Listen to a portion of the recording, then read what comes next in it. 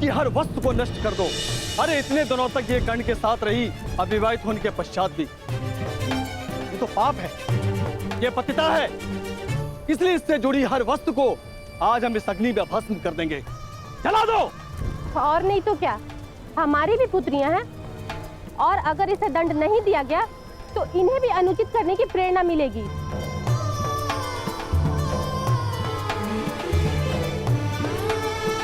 पिताश्री, आप कुछ कहते क्यों नहीं?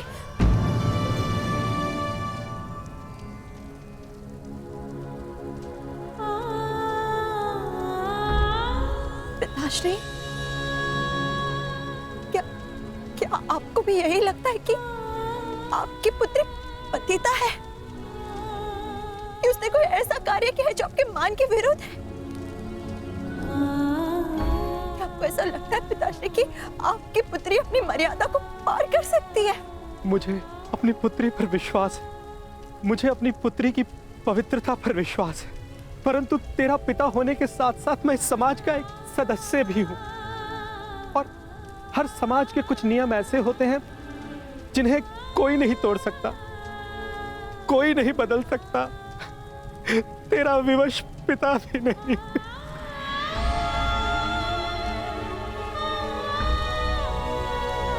जला दो इसकी सारी वस्तुओं को और इसे इस भुगत ग्राम से बाहर निकाल दो। यहां पर इसके लिए कोई स्थान नहीं है।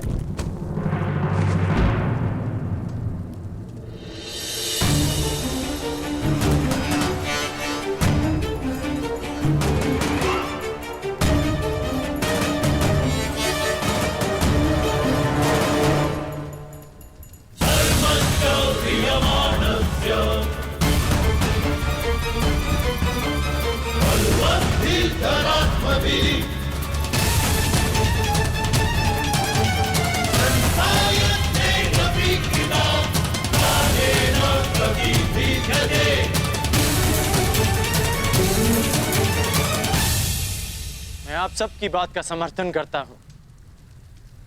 उचित किया आप लोगों ने, ऐसा ही करना चाहिए। जला दीजिए वो हर वस्तु जिसे रोशाली ने स्पर्श किया। धर्मं च लोभं च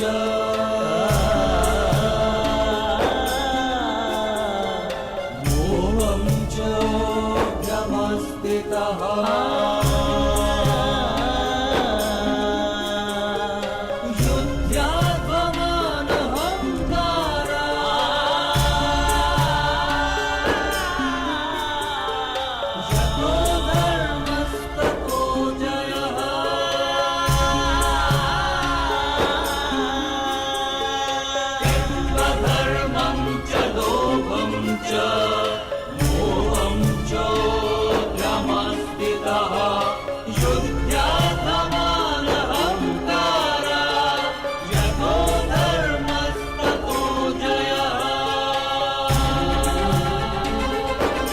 क्योंकि अपवित्र वस्तु को पवित्र करने का एक ही मार्ग है कि उसे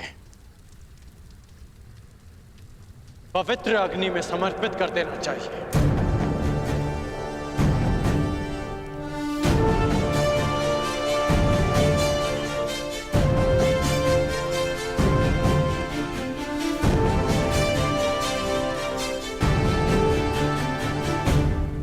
अगर आप सबको लगता है कि रोशाली भी अशुद्ध है तो इसे भी जला दो, परंतु इस नाते आप सबको भी इस अग्निकुंड में कूदकर अपने प्राण दे देने चाहिए, क्योंकि आप सबने भी रोशाली की वस्तुओं को स्पर्श किया। आप में और उन उच्च वर्ग के नागरिकों में कोई अंतर नहीं। वो आप पर अनीति करते हैं क्योंकि वो आपसे अधिक शक्तिशाली हैं, और आप रोशाली पर अन्याय करते हैं क्योंकि आपको लगता है कि वो आपसे दुर्बल है। हाँ, रोशाली अविवाहित है, परंतु विवाहित तो मैं भी नहीं, और हम दोनों साथ थे। फिर आपने केवल रोशाली का बहिष्कार क्यों किया, मेरा क्यों नहीं? इसलिए क्योंकि रोशाली एक स्त्री है और मैं एक पुरुष, या इसलिए कि मैं आपसे अधिक शक्तिशाली हूं।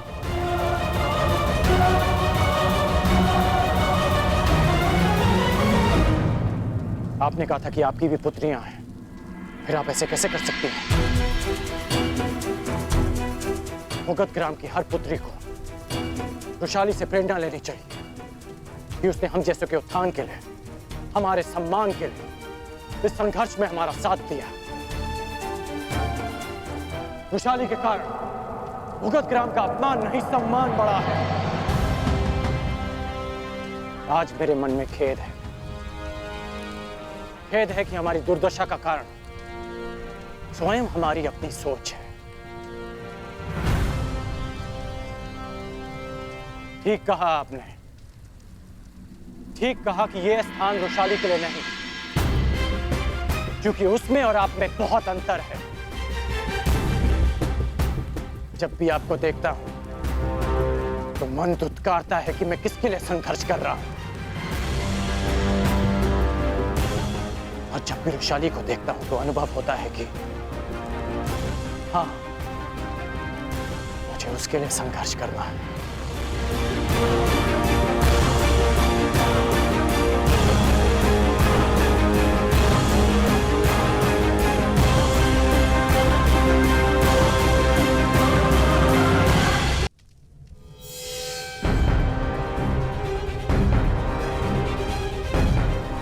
आप तो रुशाली के पिता हैं ना, फिर भी आपने उनका साथ दिया। यदि यही कार्य आपका पुत्र करता तो क्या आप उसे अस्वीकार कर देते, उसकी वस्तुओं को जला देते? संसार की सबसे बड़ी शक्ति, सबसे बड़ा भाव विश्वास होता है। मैं रणभूमि में सफल हो पाया, मैं जरासंध को पराजित कर पाया, क्योंकि मेरे साथ मेरी माता का विश्वास था, रुशाली का विश्वास था, और आप उसी विश्वास को अग्नि को समर्पित करना चाहते हैं।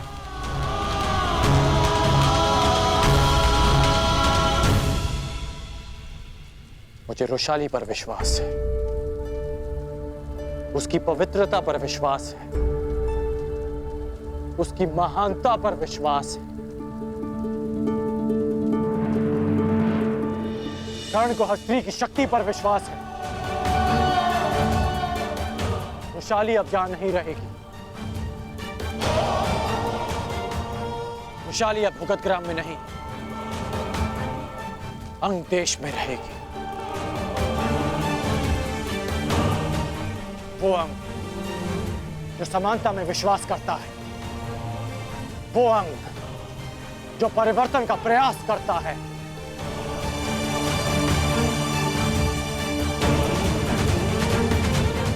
अंग तुम्हारा स्वागत करता है रुशाली।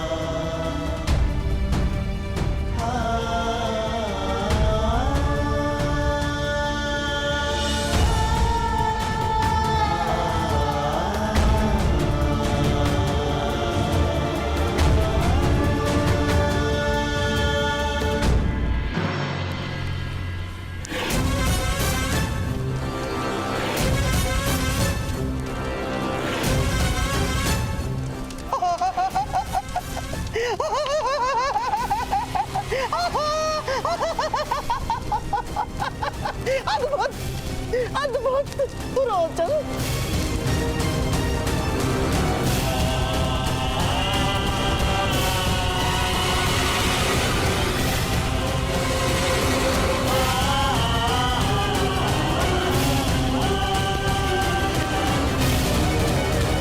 अद्भुत, रोचन, अद्भुत।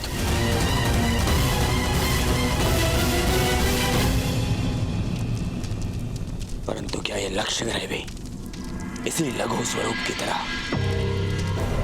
कार्य करेगा?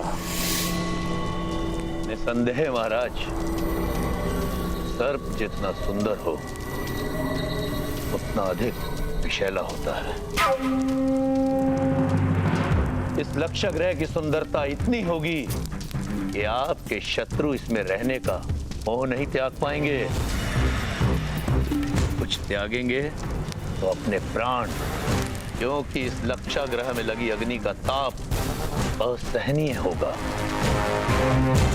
ज्वाला इतनी शीघ्रता से फैलेगी कि उन्हें बाहर निकलने का मार्ग नहीं सूझेगा।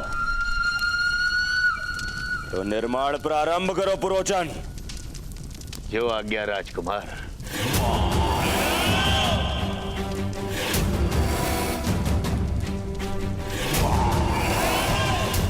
मामा, यहाँ भवन का निर्माण पूर्ण होगा। वहां पांडवों के निर्माण की तैयारी। सत्य वचन मेरे होने वाले सम्राट, सत्य वचन। परंतु जब तक पुरोचन भवन बनाएगा तब तक क्या तुम स्वप्नों में ही व्यंजन पकाते और चखते रहोगे? मामा, आपका तात्पर्य क्या है? तात्पर्य तात्पर्य मार्ग में कांटे सबको मिलते हैं। एक मूर्ख यात्री केवल कांटों को झाड़कर आगे बढ़ जाता है, परंतु एक बुद्धिमान यात्री कांटों के वृक्ष को ही समूल नष्ट कर देता है। समूल, ताकि कोई दूसरा कांटा जन्म ना ले। दूसरा कांटा? हाँ मेरे होने वाले सम्राट, दूसरा कांटा। मान लो ईश्वर की कृपा या नियति के पक्षपात के कारण पांडव लाक्षागृह से बच निकले तो?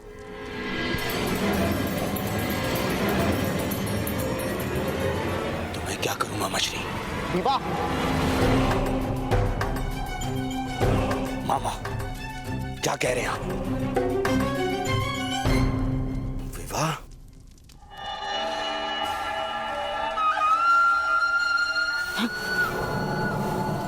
विवाह,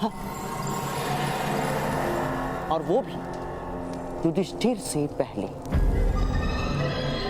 ताकि कुरुवंश की अगली पीढ़ी में ज्येष्ठ पुत्र तुम्हारा ही हो। सोचो, यदि तुम्हारा जन्म पहले हुआ होता तो उत्तराधिकार में पांडवों का पक्ष शून्य होता। शून्य। पांडव नामक कांटे के वृक्ष से अगला शूल तुम्हें न चुभ जाए, इसलिए युधिष्ठिर से पहले तुम्हें विवाह करना ही होगा।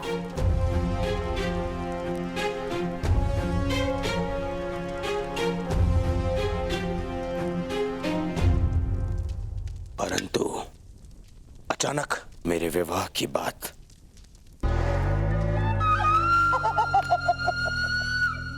मामा श्री, राजनीति की चौसर पर अंतिम चाल क्या होगी, ये पहली चाल चलने से पूर्व ही सोच लेना चाहिए दुर्योधन। गुप्तचरों से सूचना प्राप्त हुई है कि कलिंग के कन्या के स्वयंवर का न्योता कल राजसभा में आने वाला है, और कलिंगवासी युद्ध कौशल के लिए विख्यात है। सोचो सोचो मेरे होने वाले सम्राट, सोचो। ऐसे कुल का जामाता कोई बनेगा तो उसकी शक्ति अपने आप ही बढ़ जाएगी, और युवराज होने के नाते युधिष्ठिर को स्वयंवर में जाने को कहा जाएगा। ऐसे में तुम्हें क्या करना है ये तुम भली भांति जानते हो मेरे होने वाले सम्राट।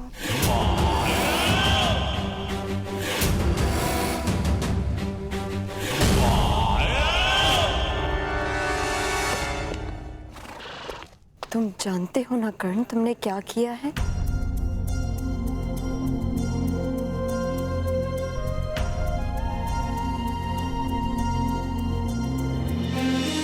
अग्नि को साक्षी मानकर तुम मुझे मेरे घर से अपने घर ले जा रहे हो।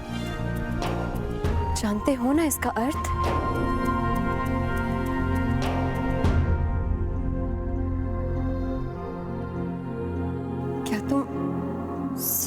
मुझसे विवाह करोगे?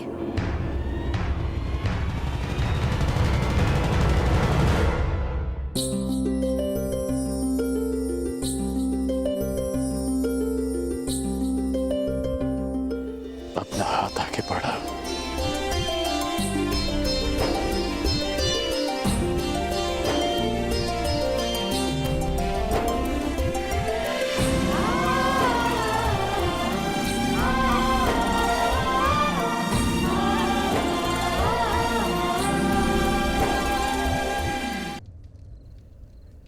क्या तुम सच में मुझसे विवाह करोगे?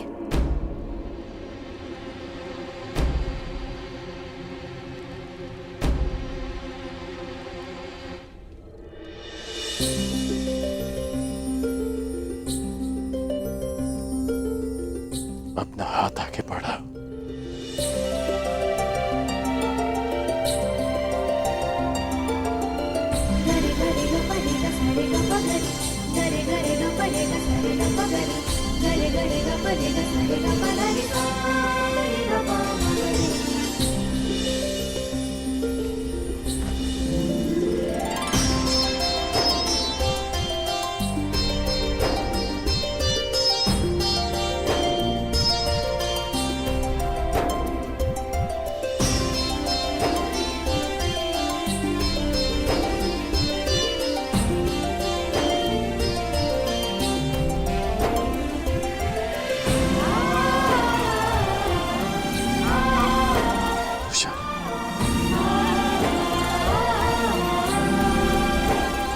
तुमसे विवाह करना चाहता हूं।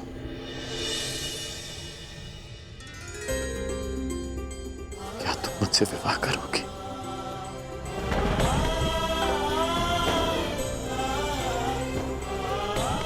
हाँ,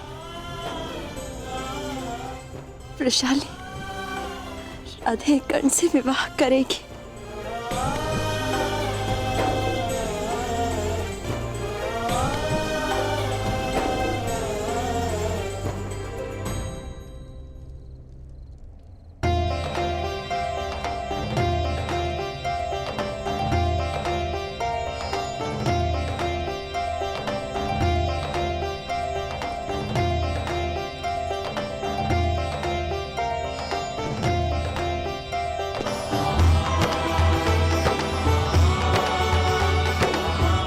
चले।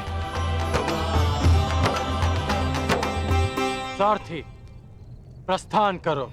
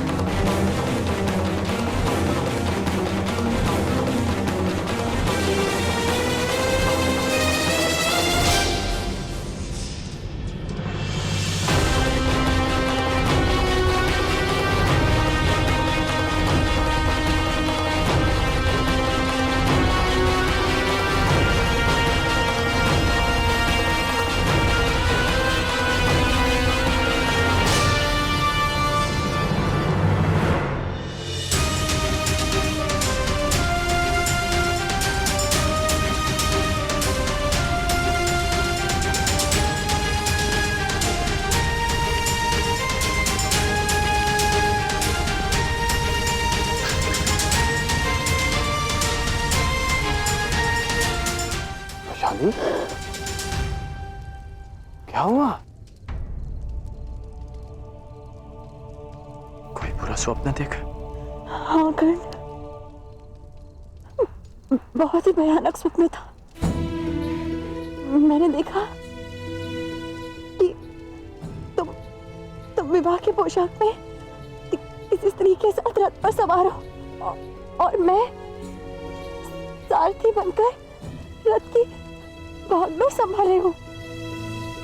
ऐसे स्वप्न कैसे आ सकते हैं मुझे? तुम स्वप्न में भी किसी और स्त्री के साथ कैसे विवाह कर सकते हो? स्वप्न तुम्हारा और आरोप मुझ पर। छेड़ो मत मुझे कर्ण, मैं बहुत भयभीत हूँ।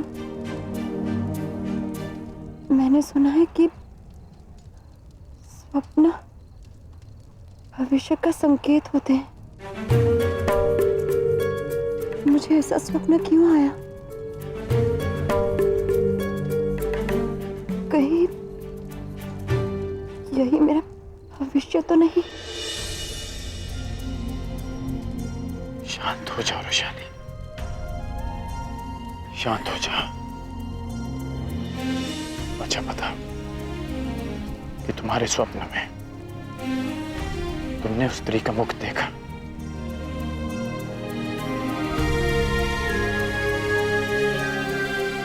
तो फिर तुम कैसे कह सकती हो कि वो कोई और स्त्री थी? तुमने ठीक कहा कि स्वप्न भविष्य का संकेत होता है। यदि हम जीवन को रथ मानकर चलें तो ये स्वप्न संकेत कर रहा है कि इस राधेकरण की जीवन संगनी भी तुम हो और सारथी भी तुम। जिस पुरुष की पत्नी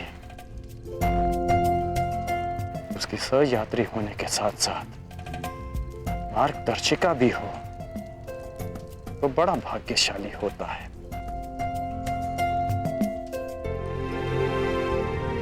मैं बहुत भाग्यशाली हूं रोशानी।